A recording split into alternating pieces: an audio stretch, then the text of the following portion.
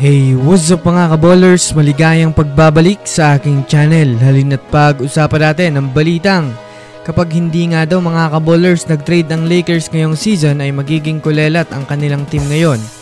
At ang balitang pagiging number 1 na ng Warriors sa Western Conference. Tara na't pag-usapan natin yan dito sa Basketball Hot Shots.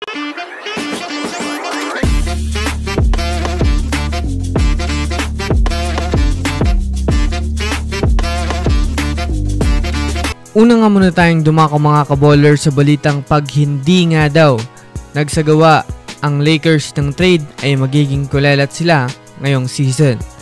Nang nakaraang preseason nga po mga kaballers ay masasabi nating isa nga ang Lakers sa hindi nakagawa ng malaking move para makakuha ng bagong bigating player.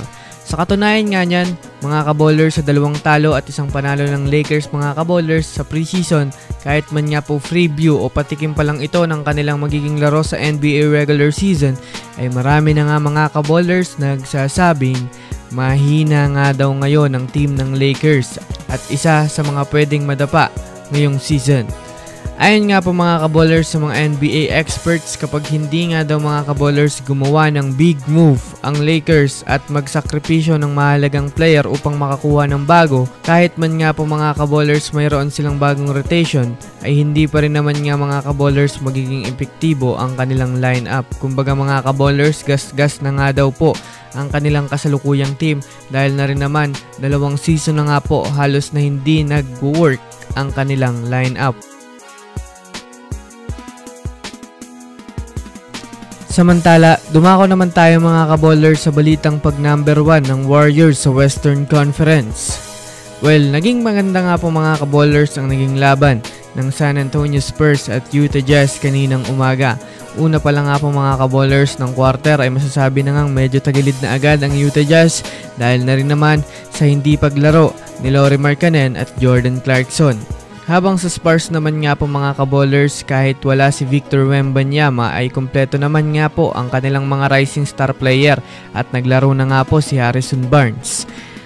Kaya naman naging mahirap nga sa buong Utah Jazz mga kaballers na maipanalo ang laro kahit todo kayod na itong si Colin Sexton. Ngunit kahit man nga ganun mga kaballers ay hindi rin naman basta-basta lang nagpamama ang Jazz, kaya kahit natalo sila sa laro mga kaballers ay naidikit pa rin naman nga nila ang kanilang score. Well, sa pagkakatalo nga po mga kaballers ng Utah Jazz kanina ay doon na nga po mga kaballers nagsimulang umakyat ang Warriors sa top 1 dahil na rin naman sa nagkaroon na nga ng talo ang Jazz na siya naman nga po mga kaballers sana ang sinusundan ng Warriors. Isang magandang balita ngayon mga kaballers sa Warriors dahil sa ngayon nga po mga kaballers ay makikita mo nga talaga na bumalik na ang lakas nila kahit preview pa lang ng laro. Sa katunayan nga niyan mga kaballers, hindi pa nga full force ang kanilang team dahil hindi pa nga po naglalaro si Andrew Wiggins. Kaya mayroon pa nga itong mai-improve mga kaballers. Abangan natin yan. So yun lamang mga kaballers, yan lang naman ang pag-uusapan natin ngayon. Pindutin ang subscribe and hit nyo na rin ang notification bell para sa mga susunod na updates sa mundo ng basketball. Again, this is Basketball Hot Shots. Thanks for watching.